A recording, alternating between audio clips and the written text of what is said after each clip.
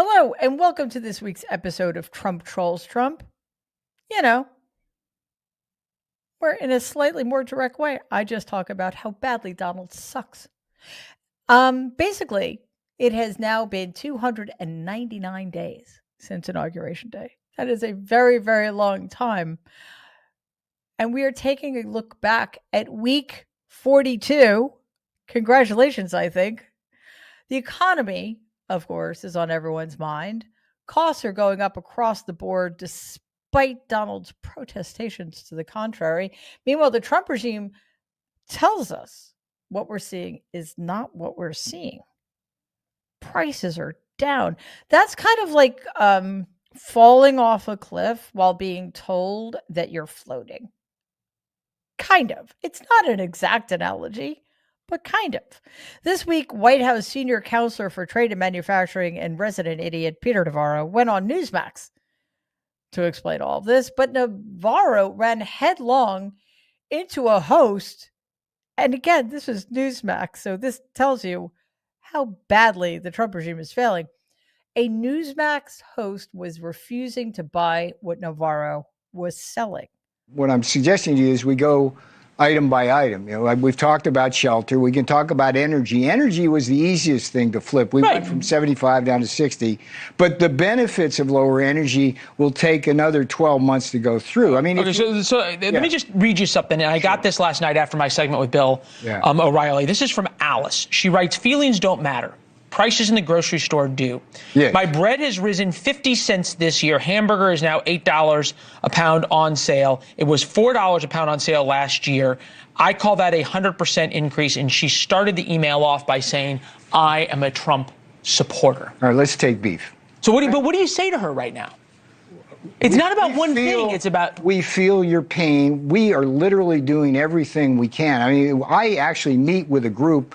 But the president calls it a con job. I got an attack plan to deal with beef. I get that. I get that, Peter, but I'm going to give you the last minute. The president calls this a con job. How do the American people think he feels their pain when he says it's a con job? He feels our pain. The only pain Donald feels is his own, and most of it's self-inflicted because he's just, a moron.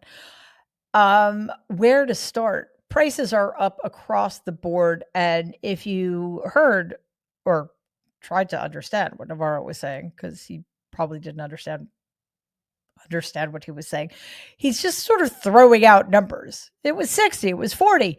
I sometimes feel that it's like the kind of person who just throws out random numbers while you're trying to do a mathematical equation. It's just to confuse you and to distract you. And then he just throws out words like energy and beef. But he cannot explain anything. He cannot explain to us why Donald said that he was going to lower prices and inflation on day one of his administration. And now Peter Navarro is saying, well, for some of these things, it's going to take a year. Fox State TV's Laura Ingraham asked Donald about rising prices this week. He seemed almost sympathetic. No, just kidding. Watch. The economy was listed as a top concern. I know you know this, for voters in New Jersey, New York, Virginia. And I've been all over the affordability issue today and for the last several months. Eggs, gas, dinner costs for Thanksgiving way down. But other things, as you noted, have gone up. Beef, coffee, auto repairs. Is this a voter perception issue of the economy? Or is there more that needs to be done by Republicans on Capitol Hill or done in terms of policy? More than anything else, it's a con job by the Democrats. They're saying, they just have to say, they put out something, say today costs are up. They feed it to the anchors of ABC, CBS, and NBC, and a lot of other, and CNN, and et cetera. And it's like a standard. I'll never forget they had used a word like manufactured. Do you remember the word manufactured? It's a manufactured economy. Nobody uses that word. Every anchor broke through manufactured. They do exactly what they say. It's such a rigged system. So are you ready? Costs are way down. So are you saying that voters are misperceiving how the economy? Why are they saying that? I don't know that they are saying. I think polls are fake. We have the greatest economy we've ever had. Oh, the poor aggrieved little baby just cannot wrap his head around the fact that people don't believe him anymore. People are more willing to believe what's actually happening in their lives than they're willing to believe him. And his fight with the English language continues. Manufacturing? Whoever uses the word manufactured anymore? Well, I don't know, everybody. Let's get back to the unbelievable numbers, right? Last Friday, Donald mostly slept through an Oval Office press conference because he wasn't talking. It centered on Mehmet Oz, Robert Kennedy, and executives from drug companies like Eli Lilly. Kennedy stated that due to the reduction in prices of these drugs, the country stands to lose collectively 125 million pounds. That sounds like a lot of weight. But because everything Donald touches is inflationary, right afterwards, Mehmet Oz came in to correct the record. And he said that the numbers that Americans are going to lose are much higher than that. But everybody will be able to get this drug, and it's going to change. We will lose, the American public, because of this agreement, will lose 125 million pounds by this time next year. We have an update, Secretary Kennedy. We thought it was 125 million pounds. Mr. President, our estimate, based on the company numbers as well, is Americans will lose 135 billion pounds by the midterms. Unless he's talking about British currency, in which case I'd say, yeah, he's probably underestimating the amount of money Americans are going to lose thanks to the Trump regime. I'm pretty sure that Oz is well overstating the amount of weight Americans are going to lose, because if Americans collectively lose 135 billion pounds, that's 400 pounds per person. I am looking forward to disappearing. Yeah, what a goal. What a goal. Donald now holds the record for the 2 longest government shutdowns in American history. Way to go. See, we are number one. The most recent one dragged on for 43 days. He broke his own record. Congratulations, little guy. One of the biggest ripple effects had to do with air travel. As unpaid air traffic controllers began calling in sick, major airports saw more delays and more flight cancellations by the day. Overall, flights were reduced by as much as 10% nationwide. But the lingering question was, has air safety been compromised? Well, thankfully, we have Transportation Secretary Sean Duffy, star of MTV Road Rules, here to assuage all of our fears. Watch what Sean, an expert in such things, had to say about this issue. I'm Alex Capriello with News Nation. You talked about loss of separation, essentially aircrafts in the sky getting too close for comfort. Can you expand a little bit about what the data shows, how close maybe some of these aircrafts are getting to each other? And then if this were to, God forbid, end in disaster, what you could say the DOT and the FAA is doing to prevent an aircraft fatality or something that really would be catastrophic? Yeah, so we didn't have near misses, but we did see the incursions of those separation requirements, right? When you have that, that's a sign of more risk in the system, which was one of the factors we looked at when we made this decision. Listen, you can walk outside. I can't guarantee your safety. You get in your car. I can't guarantee safety. No, this is true, but you know what you can do? You can make things safer. Through regulations, by paying people a decent wage, especially those who are doing essential work like air traffic control. But again, Duffy doesn't know what he's talking about. And he's the last person in the country, other than Donald, of course, who should be Secretary of Transportation. So expect more near misses and maybe look into traveling by train or bus. Let's get back to the economy, because it truly is the one thing that Donald is so good at being bad at. On Sunday, he promised that Americans would, receive $2,000 checks from the imaginary trillions of dollars that have been brought in by his stupid tariffs. You know, the ones that are making every single thing we have to buy more expensive.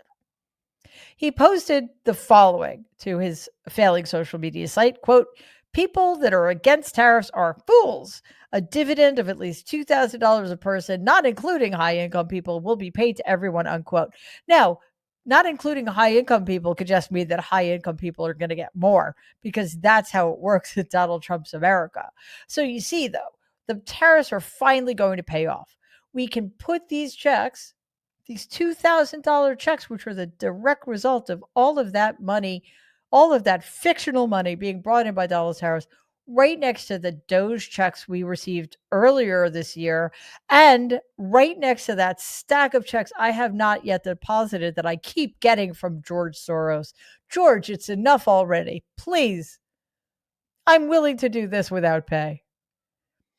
After Donald's outrageous claim, which is just a form of bribery to get people to vote for him, his team scrambled to tell us what he really meant, which fascinatingly is something Donald never seems to know.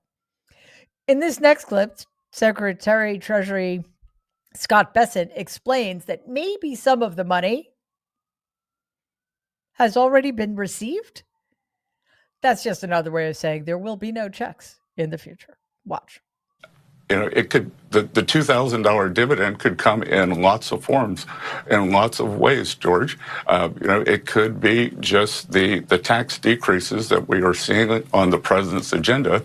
You know, no tax on tips, no tax on overtime, no tax on Social Security, deductibility of auto loans. So, you know, those are substantial deductions that, you know, are being financed in the tax bill. The $2,000 is implied. Cool. It would not be an episode of Trump Trolls Trump without the mention of magnets. Yes, magnets. Why magnets? Well, because Donald is obsessed with them. He may be an incorrigible liar living in a completely separate reality from the rest of us. Nope, let me rephrase that, because there is only one reality.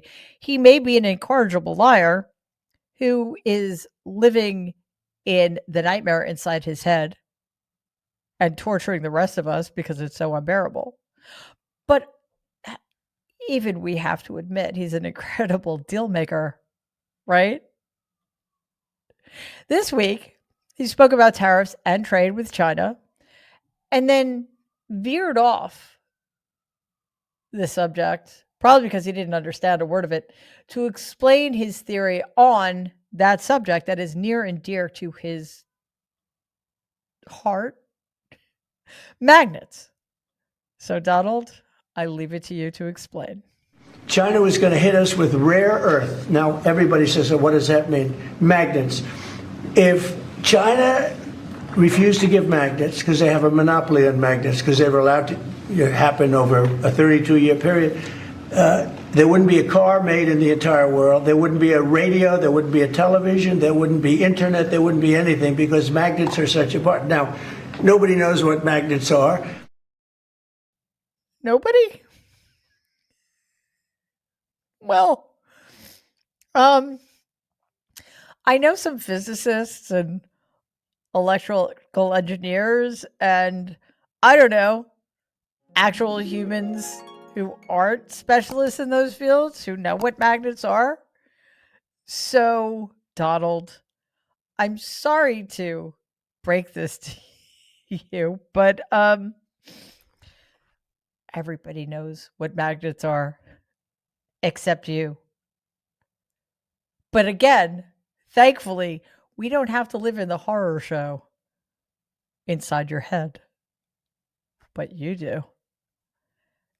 And I'm sorry to say, that's one of the few things that makes this fun for us. So, thank you for watching this week's episode of Trump Trolls Trump. We're almost out of time,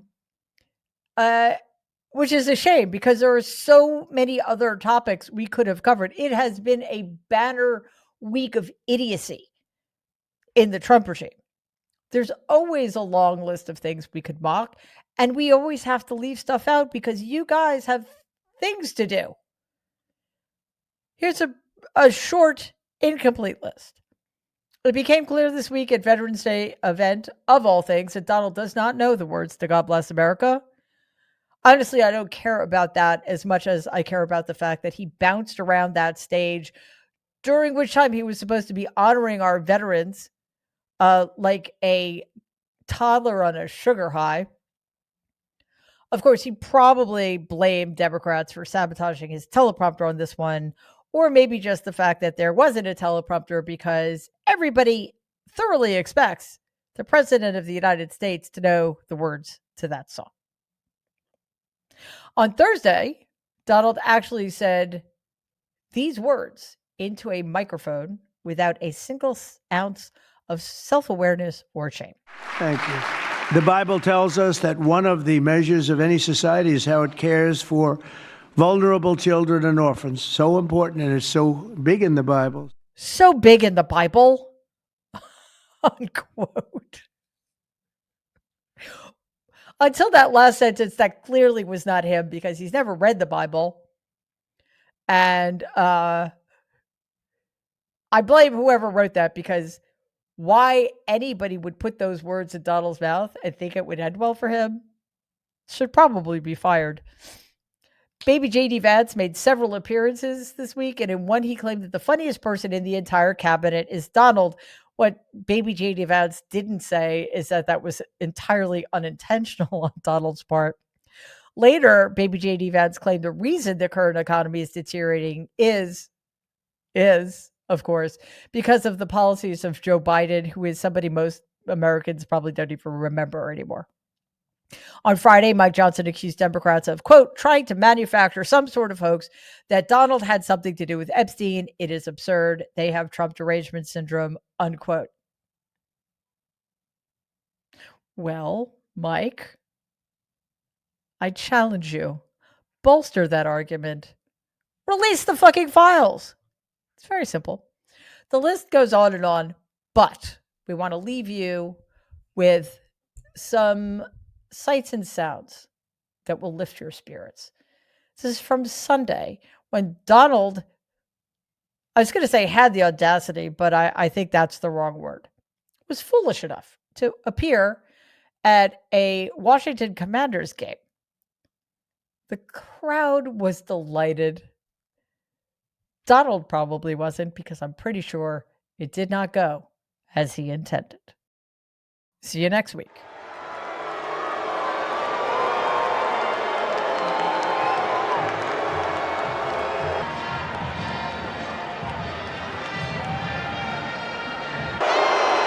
Please raise your right hands.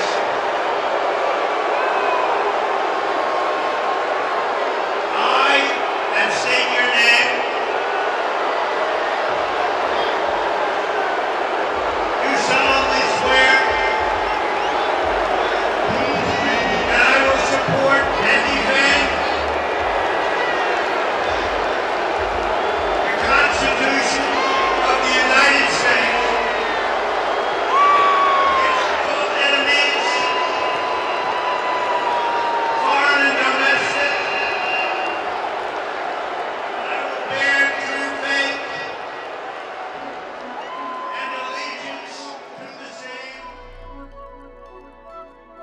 Thanks for watching this week's episode of Trump Trolls Trump.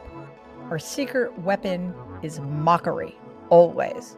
So please like and share this video with your friends and enemies, because that would be fun for us. And subscribe to the channel if you haven't already.